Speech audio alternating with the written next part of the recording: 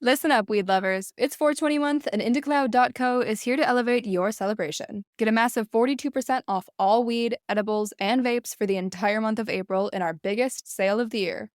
This is a special year to celebrate 420, as it marks 6 years since the sale of almost all cannabis products was legalized across the country. This allows IndieCloud to deliver to you dispensary-grade legal products discreetly delivered straight to your door. No medical card needed. IndieCloud has something for everyone. Whether you're a seasoned toker or just starting out, you can explore the world of weed safely with our award-winning Soda Shop Gummy Series, our 12 strains of flower, or our record-breaking selection of vapes. Celebrate 420 responsibly all April with IndieCloud. Discreet delivery, top-shelf products, all month long. Head over to indiecloud.co/spring24, that's C-O, not .com, to snag 42% off your first order. There is a book from 1896 that tells the future. Was President Trump predicted to be the president? Follow me down the rabbit hole to find out.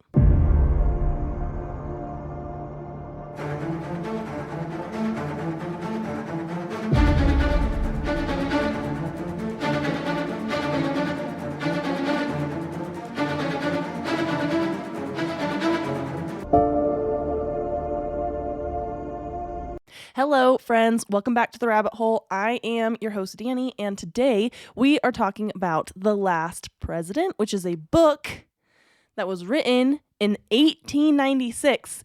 And I know what you're thinking before I get started. You're like, wait, I thought you said you were going to do JFK. Guys, I am still working on JFK. I told you on Instagram that I don't know exactly how long it's going to take me to get all the research done. And I don't want to do a half-assed job at JFK because, it's the conspiracy theory that kind of started the conspiracy theories, right? So if you look at when people started to get really conspiratorial, it's right around the JFK assassination. And then that's when people started looking around and be like, wait, what about World War II? What about this? What about that? And so that's when people really started to not trust the government anymore, was kind of during that era. So I can't mess it up. It has to be so good. So I am actively working on JFK. It's just not ready yet. And I don't know exactly when it will be ready. But until then, while I work on JFK, I'm also working on the episodes that I'm putting out for you each week. And this episode is actually going to be a little shorter, I think, than some of them are short, some of them are long. I don't know. This one is going to be shorter just because there's just not that much information. But I have the information for you. So let's go. Let's do it. Ingersoll Lockwood was an American lawyer, writer, and fortune teller. That last part I made up. Although the conspiracy is that he told the future about the Trump family. So he wrote several books in the late 1800s. And we'll get into that in just a second. So Trump right now, just so we can talk about the Trump family a little bit, he is in the news yet again. Imagine that. And so if you ask me, I think that they just keep bringing the news back to Trump to take away from whatever shady shit the current president is up to. The current administration's doing something crazy. So they're like, well, let's go ahead and make a mockery of something or someone. In this case, it happens to be Trump because he's really easy, in their opinion, because people are interested in Trump to make a mockery of because they're doing something crazy. Now, don't get me wrong. This episode is not about my political beliefs. I fully believe that every time any administration starts doing shady shit, a huge scandal of some sort or a disease or a disaster is occurring concurrently to distract us from whatever they're doing. Because if we're paying attention to COVID, if we're paying attention to Ebola, right? Ebola popped up and went away pretty quick back in the day. We've got all kinds of things. We can look at the formula shortage. Yes, there was actually a formula shortage, but what was that distracting us from? Let's look at the Johnny Depp Amber Heard case. What was that distracting us from, right? We're all paying attention to this instead of that. And it works every single time. So anyway, Lockwood lived from August 2nd, 1841 to September 30th, 1918. And during his life, he wrote a dystopian novel called 1900 or The Last President. That's the whole name, 1900 or The Last President. as well as children's novels, to include the Barron Trump novels, the Barron Trump collection. It's literally a book about a boy named Barron Trump. Yes, Barron Trump, like President Donald Trump's son, Barron Trump, except these books came out in the late 1800s. So that's what it's very crazy. Everything that's about to happen, it like makes sense, but it doesn't make sense at the same time. So we're going to start with The Last President, even though technically The Last President is the sequel to the Barron Trumps. I think there's like 3 books. So there's 2 Barron Trump books that are actually children's books. And then The Last President, 1900, or The Last President, is the 3rd book. But it is technically an adult book, if that makes sense. So it's a sci-fi novel. And he writes about like an uproar about a change in presidency, basically. So Americans are protesting a corrupt election process while riots ensue in New York City. So in New York City, there's an uproar because a very popular outsider is granted power. And no, I am not talking about President Trump's election. I'm literally talking about the book that came out in 1896.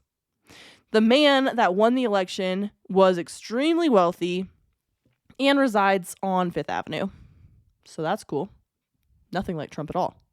Many people actually look at this and they're like, that's very weird that this book is kind of explaining exactly what happened when President Trump was elected. Also, for reference, the Trump Tower in New York City, where President Trump lived, is on Fifth Avenue. One of the people that this new president picks for his cabinet, his name is Leif Pence. Yes, you heard me right. Again, in the book, Leif Pence doesn't have like a huge role. And if you talk to people about like Mike Pence, the vice president to Donald Trump, they say that like he didn't really do much and he's just kind of like a loser nobody. Same thing. Leif Pence is named, but he doesn't really have like a role in the story. He was selected to be the Secretary of Agriculture in the book. And although there is a real life Leif Pence, actually around the time that this book was written, he was not the Secretary of Agriculture. He was just a U.S. representative from Colorado, and he served from 1893 to 1895. And then the book was written in 1896. So I don't know, and I didn't look up all the other cabinet members. In the book, they do name like a bunch of different cabinet members and where they're from. I did not look up all the other cabinet members to see if they were real life people based on real life people. I just looked up Leif Pence because I thought it was very weird that you have the vice president named Mike Pence, and then you have this character in the book named Leif Pence. But again, he doesn't really do much. He doesn't really add much to the story. The new president in the book was trying to get rid of all these bad loans. He was trying to help the common people, and that's why people really liked him, because he was different. He was not for the rich people. He was for the common people. And actually, in 2020, Trump merged the Federal Reserve with the U.S. Treasury, and that resulted in the Federal Reserve buying all the bad loans and basically like bankrupting America. And if you remember earlier when I said that we were always being distracted, well, this merger wasn't really public knowledge because of everything that was going on in 2020. If you think back to 2020, you're so consumed with COVID and then George Floyd and then like the Black Lives Matter movement and all these different things that kept happening in 2020 and then like, bled over into 2021. And we had the election in 2020. There was just so much that happened in that year that you don't hear about the merger of the Federal Reserve and the U.S. Treasury. So that's cool.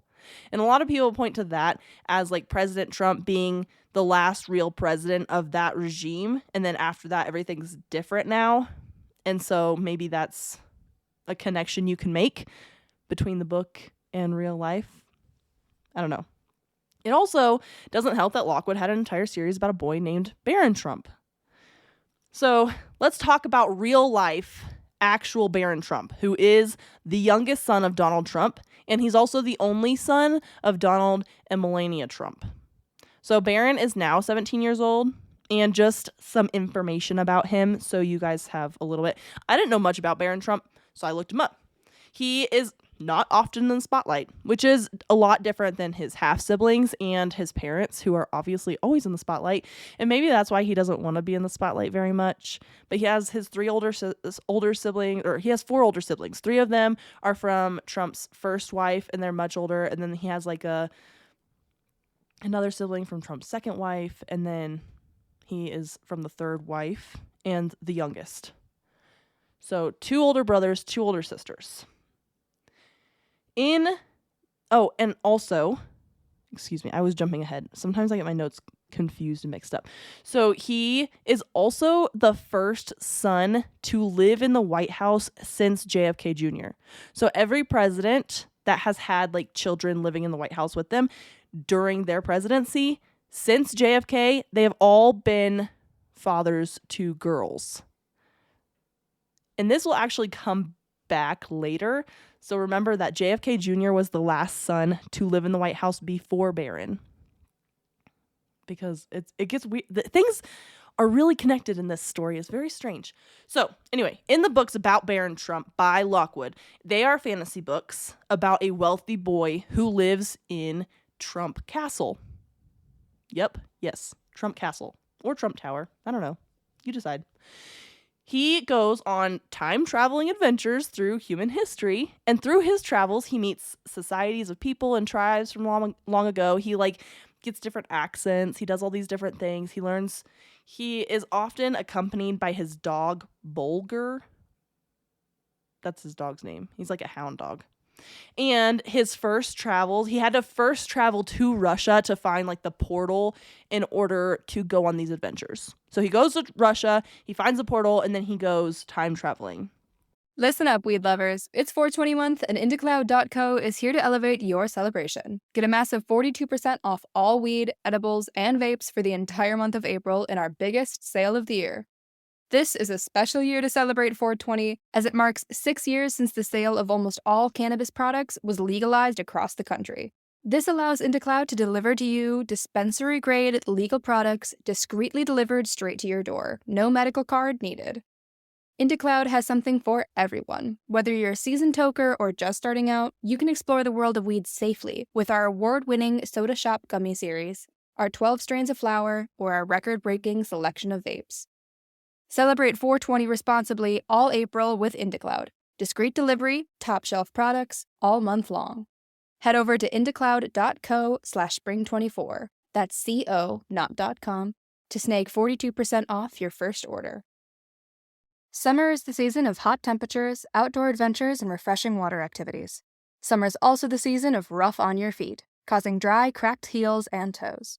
Introducing Babyfoot, the original exfoliation foot peel that contains 16 natural extracts formulated to remove dead skin cells in 3 easy steps. Apply the booties, relax for an hour, then wash your feet. In 14 days, you've got baby smooth skin and your feet have never been softer. Letting dead skin cells build up over time is hazardous to your foot health. Our professional-grade DIY products, like our original exfoliation foot peel, our men's foot peel, or our moisturizing mask, are some of the best foot care products on the market, created with your foot health in mind. Pamper yourself with a spa day from the comfort and convenience of your own home with Babyfoot.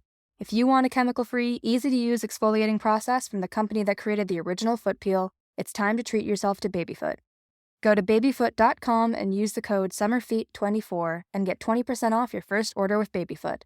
That's babyfoot.com and use the code SUMMERFEET24.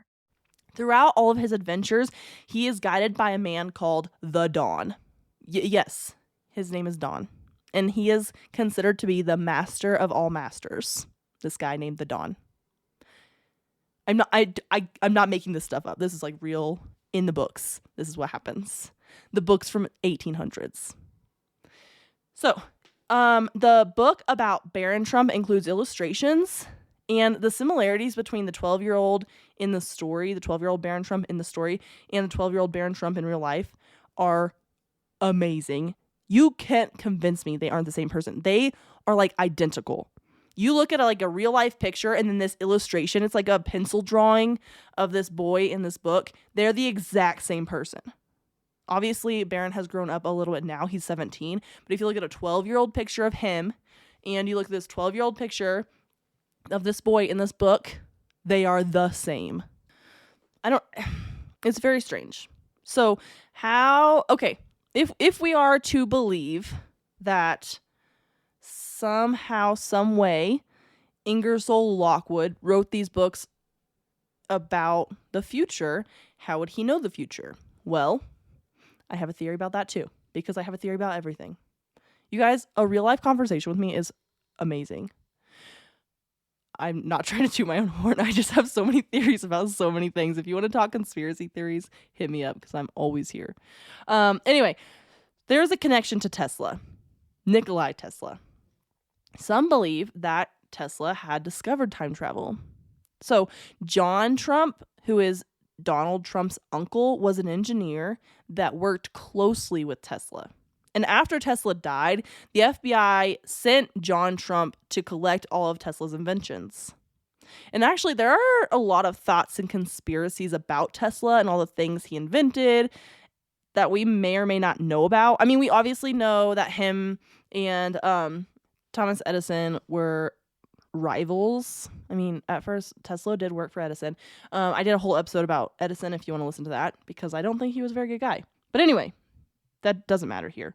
The thing is, Tesla did a lot of crazy things with his inventions, and he invented a lot of things, and I think we don't know about a lot of them. I do think it is strange that the FBI oversaw the cleanup of Tesla's inventions. Why would the FBI care? Typically when somebody dies, their family just comes in, cleans up, takes whatever they want, and like moves on, right? Unless he was working on some really crazy things that he was involved with the government or multiple governments, which again, there's theories about it. And I might do just like a Tesla episode. I think I've done a couple things where I've included Tesla. I did his like 369 theory, which you guys really liked that theory. But I think I want to do like a full, just an episode about Tesla and his life and things. But anyway, neither here nor there. John Trump worked with Tesla. So did he steal an invention that had to do with time travel? And then does the Trump family now have access to that because John Trump was the one that helped to clean up the inventions after he died? If he was sent in to clean up inventions, he could have taken whatever invention home he wanted to and then been like, oh, these are all the inventions that I have, and handed those ones into the FBI. I'm just saying, it's possible. I mean, you're telling me you've never done a cleanup where you're like, I'll just have that. Like, nobody would know if I just took it and then, like, I'll just give them everything else. Basically, anytime anybody cleans out anybody's attic and they find something cool, they keep it. Anyway, other people dealing with time travel. I thought this was kind of interesting. So JFK Jr., who was the last son to live in the White House before Barron Trump, may have also been dealing with time travel. That's just a weird coincidence to me that they were like the last son to live in the White House and then the next son to live in the White House. Anyway, JFK Jr. had a magazine called George. In a 1997 issue of the magazine, he predicted 2020. It said, quote, worst case scenario, an overpopulated planet choked to extinction by a lung-attacking virus, end quote. In 1997, he said this. And then, I mean, that you could also connect the name of the magazine. Like, some people do connect the name of the magazine as a clue to pointing to, like, the George Floyd incident. I think that might be a little bit of a stretch because JFK Jr. did say that the name of the magazine was after, like, our first president. But you can also, like, point to The Simpsons because I don't care who you are. Everyone has this theory in their head that, like, how did The Simpsons know so much? Like, in their episodes from years and years and years back, they predicted that Donald Trump would be the president, and then he was. Like, seriously? So are they dealing with time travel as well? How many people have access to time travel, and how come I don't? I think I don't have enough money. Anyway, another weird thing about the book, which doesn't really have a lot to do with all these other things, it just is kind of like a prediction. So in the first chapter of The Last President, it says that, quote, that was a terrible night for the great city of New York. The night of Tuesday, November 3rd, 1896. The city staggered under the blow of a huge ocean liner which plunges full speed with a terrific crash into a mighty iceberg and recoils shattered and trembling like an aspen. That sounds an awful lot like the Titanic, doesn't it? Like, eerily familiar. And the Titanic didn't crash until 1912. So how would they make this assumption or like this connection? They're not really trying to make the connection. They're saying that the riots in New York City after the election is a metaphor. It's a metaphor. And I get that it's a metaphor. It's just a very convenient metaphor. Like they are just predicting so much. So first of all, they're predicting like the bad loans, like the bankruptcy of America. They're predicting the president becoming the president. They're predicting this Titanic apparently. It's just very coincidental that he wrote all these things in this book, and it's not like a long book. I listened to it on an audiobook. It was like an hour and a half audiobook. So that's telling me it's not a long book. It's a very short book, right? Well, and I didn't get a chance actually to listen to the Barron collections. I haven't looked to see if I can find an audiobook, but I listened to The Last President, and it's very much like an old-timey book. It's not like somebody decided to write this book and then backdate it like, oh, I wrote it in 1896. No, it's written like the guy lived in that time frame. Because he did. I don't know, guys. This is just like a weird coincidence. Conspiracy theory, time travel. I don't know. I mean, there's a lot of conspiracy theories about time travel. This is just a very convenient book or series of books that happens to predict what's happening in the world. I don't know. I will post a picture of Barron Trump and the illustration. I'll see if I can get like a comparison of the two, because this is crazy to me that all these things just happen to line up. And the fact that the Trump family has a link to Tesla. Anyway, tell me what you guys think. I always love to hear your opinions and your thoughts. Thank you all for who send me in ideas and different things to cover. I will be covering a very controversial conspiracy theory next week, because I still don't think I'll be done with JFK. I'm thinking maybe 2 weeks from now JFK will come out. I don't know. Again, it will come out. I am actively working on it right now, but again, I don't want to do a bad job. I need to do a very good job. So if JFK doesn't come out next week, then I will do a very controversial episode about mass shootings, not necessarily gun control, but it does have to do with gun control, guns, shootings, that nature. So until then, my friends, stay skeptical, and I will see you all next week. Hey friends, The Rabbit Hole is an independent podcast with everything you hear done by me, Danny Mercy. I appreciate all of your support. Please rate and review wherever you're listening. If you want to follow us on Instagram, it's at rabbit.holepodcast. And thank you, Zakar Valaha, for our awesome intro.